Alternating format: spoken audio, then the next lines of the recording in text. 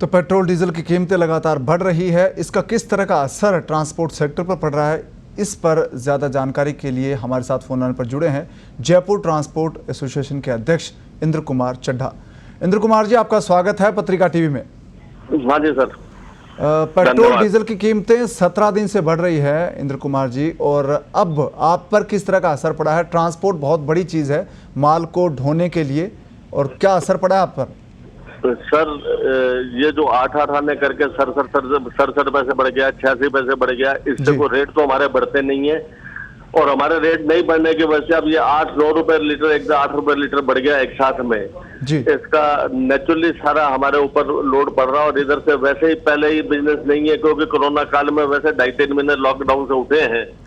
और हमारा तो गवर्नमेंट से ये एक प्ली है कि इसमें जो टैक्स इन्होंने वापस लगाया था, जब रेट कम हुए थे तो टैक्स जोड़ दिया था जी। वो भले सेंट्रल गवर्नमेंट है और भले लोकल गवर्नमेंट है, स्टेट गवर्नमेंट है, दोनों ने 4 रुपए यहाँ वालों ने लगा दिया, 13 रुपए दिल्ली वालों ने लगा दिया जी। तो उसको अगर रेट बढ़ रहा है तो उसको वापस करना चाहिए उनको, मतलब वो हमको रियायत देनी चाहिए, उस टैक्स को वापस करके रियायत देनी चाहिए। तो इंद्र कुमार जी, किस तरह से आम जनता पर असर पड़े, क्योंकि ट्रांसपोर्टर्स पर अगर कोई असर पड़ता है, पेट्रोल डीजल महंगा होता है, तो जनता पर किस तरह का असर पड़ेगा? क्या किराया माल भाड़ा बढ़ने वाला है ये माने? बिल्कुल बढ़ेगा साहब, क्योंकि किराया भाड़ा जब भाड़ा ही नहीं खाएगा, 9 रुपए लीटर बढ़ जाएगा तो 8 रुपए, 8.5-9 रुपए लीटर बढ़ेगा तो किराया तो नेचुरली बढ़ाना ही पड़ेगा, नहीं तो गाड़ी सर्वाइव कैसे करेंगे जी। ये है। तो अब क्या सरकार से आपकी मांग है, किस तरह से अपनी मांग आप पहुंचाएंगे? कौन सी सरकार तक आपकी हम दोनों सरकारों से कहना चाहते हैं, राजस्थान सरकार से भी कहना चाहते हैं कि 4 रुपए इन्होंने टैक्स बढ़ाया था वो वापस करें, और सेंट्रल गवर्नमेंट ने 13 रुपए टैक्स बढ़ाया था वो वापस करें जी, जिससे ट्रांसपोर्ट को थोड़ा, इंडस्ट्री को थोड़ा रिलीफ मिले और जिससे ये थोड़ा सा सुचारू होकर पहिया इनका चल सके, वरना आधे से ज्यादा ट्रांसपोर्टर फेल हो जाए। ट्रांसपोर्टर्स अगर माल भाड़ा बढ़ाते हैं इंद्र जी, तो कब तक वो बढ़ सकता है? इसकी उम्मीद कब तक की है?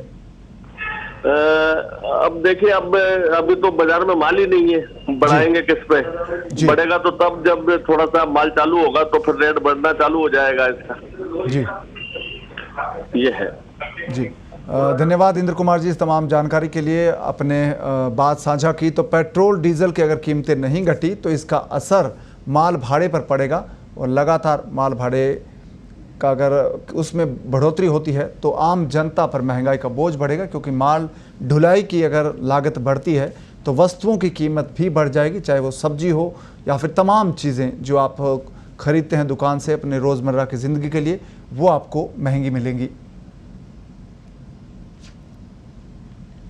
तो लगातार पेट्रोल डीजल की कीमत आज 17वां दिन है जब बढ़ी है, और ट्रांसपोर्टर्स परेशान हैं। उनका कहना है कि एक तो कोरोना के वक्त में उनके पास वैसे ही काम नहीं है, और उस पर 8 से 9 रुपये प्रति लीटर पेट्रोल डीजल के भाव बढ़ने से उनके सामने बहुत बड़ी समस्या पैदा हो गई है। और सरकार से उन्होंने मांग की है कि चाहे वो राज्य सरकार हो या केंद्र सरकार हो, उन्होंने जो वेट बढ़ोतरी की है, एक्साइज ड्यूटी बढ़ाई है, उसको वापस लेने की मांग की है। अगर ऐसा नहीं होता है तो आने वाले वक्त में माल भाड़े में बढ़ोतरी होगी और इसका सीधा सीधा असर लोगों की ज़िंदगी पर पड़ेगा, लोगों की जेब पर पड़ने वाला है।